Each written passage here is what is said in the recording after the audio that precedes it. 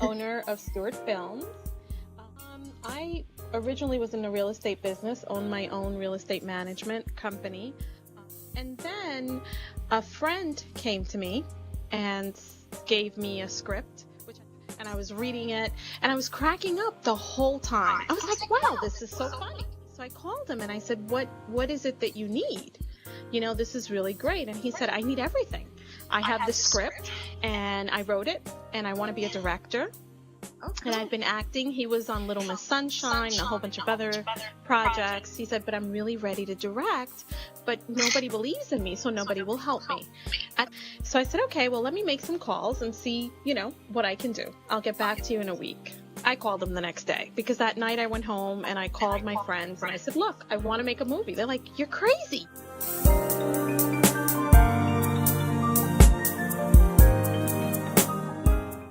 So we got a cast together, and, I spent way too much money because I didn't have all the right contacts in terms of crew and stuff. But what happened is the unexpected, right? The film did really well. We won at the LA Film Festival. We won at the New York International Film Festival. Everybody loved it. We did a screening, 180 people. Wow. It was a hit. Okay, so that's when I got the itch.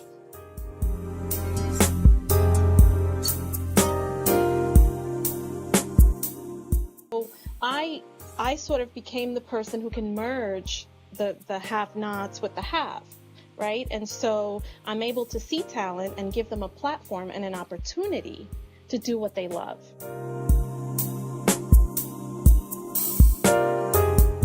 I had some cash from the real estate business, and I said, I'm really going to get involved in the independent filmmaking community and really try to understand what they need, because what I realized most importantly was that they don't have access or representation. I'm able to see talent and give them a platform and an opportunity to do what they love. Most of the people I've worked with, you probably have never heard of until recently. Right. And there's something about that, about just knowing that people have talent, and the only reason that they're not successful is because they haven't been able to get in front of the right people, or, a matter of funding. And so I'm able to take people who have a dream and who have talent and put them in the right place.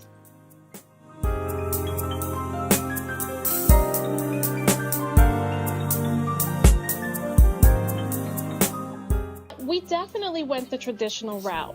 Okay. But the wall that a lot of African American shows and programming run into is that the funding is limited. That's just the reality.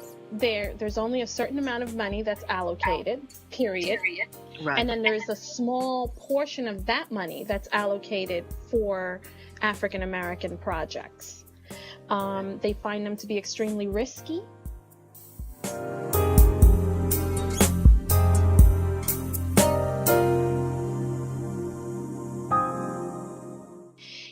Because I think they still don't understand that there's a market beyond the sneakers and the cars and all that other stuff, right? And so if they can't attract those advertisers, the Lexus, right? The sneakers, the things that are traditionally known to be black products or consumed mostly by African Americans, and the advertisers are not going to come, then they're not going to do it.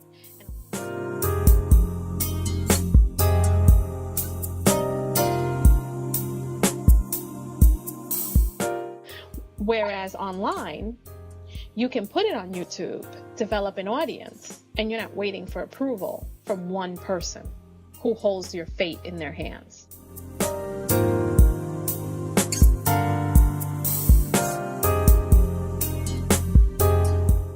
What the internet has done is allowed us an opportunity to reach the entire world on our own terms.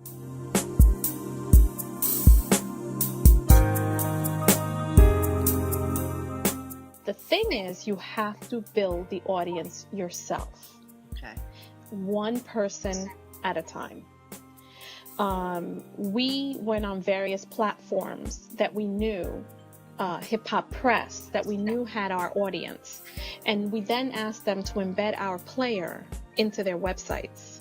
Okay. So that we could attract those people. So when you went there to read about hip hop, you would see our show in the corner playing. Okay. We also developed a lot of relationships with bloggers who had followings that were our audience. And we said, look, would you be willing to put or do a little story about our show? And in return, we would promote your page as well. I think part of it is understanding what you bring to the table, and whatever that is, being able to give it freely.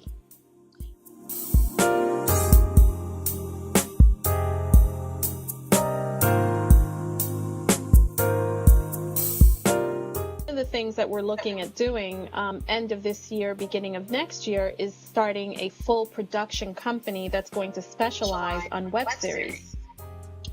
So what that will allow me to do is to take because who's making web series? Actors. You know why? Because they want to be seen. That's especially African American.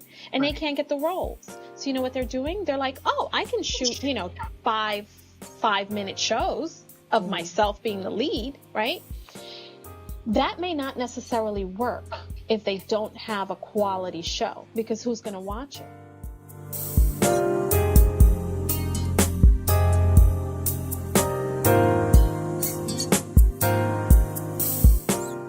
We get into this thing where we have to compete.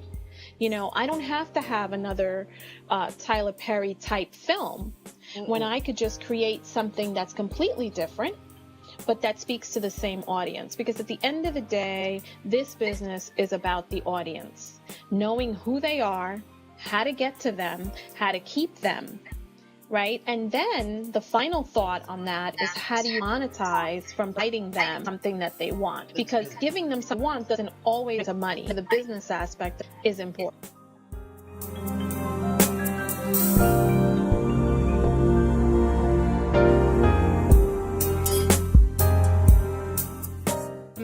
We started 12 Steps from the ground up. And we were fortunate to be on cable for a little while. Okay. But one of the things, that show has a little bit over 20 episodes, and 80% of it has been funded by sponsors. Wow. And so what I did was I provided advertising opportunities for the little people. For the mama and papa who has an online business and can't afford thousands of dollars for marketing. And then we took their product and we wrote it into the script of the show so it couldn't be stripped if it ever got picked up. And this was especially important for online, blog, radio stations, dating services. One of our big sponsors was Reflect-Aware, with dog leashes that glow in the dark. And we wrote that into the script, and it was this whole scene. And it was tastefully done because Tony Clomax is an amazing writer.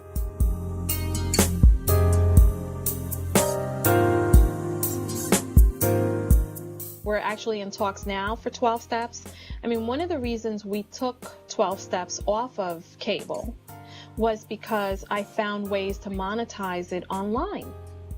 So if I can reach more people than you, and I can make money, because I think we go very traditional, and we think, I have a show, it's got to be on ABC or NBC or Fox, right? Right. But those numbers are horrendous. I was on a panel with the International Television Festival last year, and I almost passed out when I heard the numbers. They hear about 500 pitches a year, right? 500. Okay. Of those 500, maybe they select 50. Okay. Maybe. Okay. Of those 50, 5 maybe get to the final round. Okay. And of those five, two get on the network. Wow. And out of those two, maybe one survives. Wow. So if all your eggs are in that basket, and you're African American, forget it. Why would you do that to yourself? Wow. When you can just create a new way on your own terms And that's sort of what I preach to people. It's like, so we can't be on ABC, but who wants to be on ABC?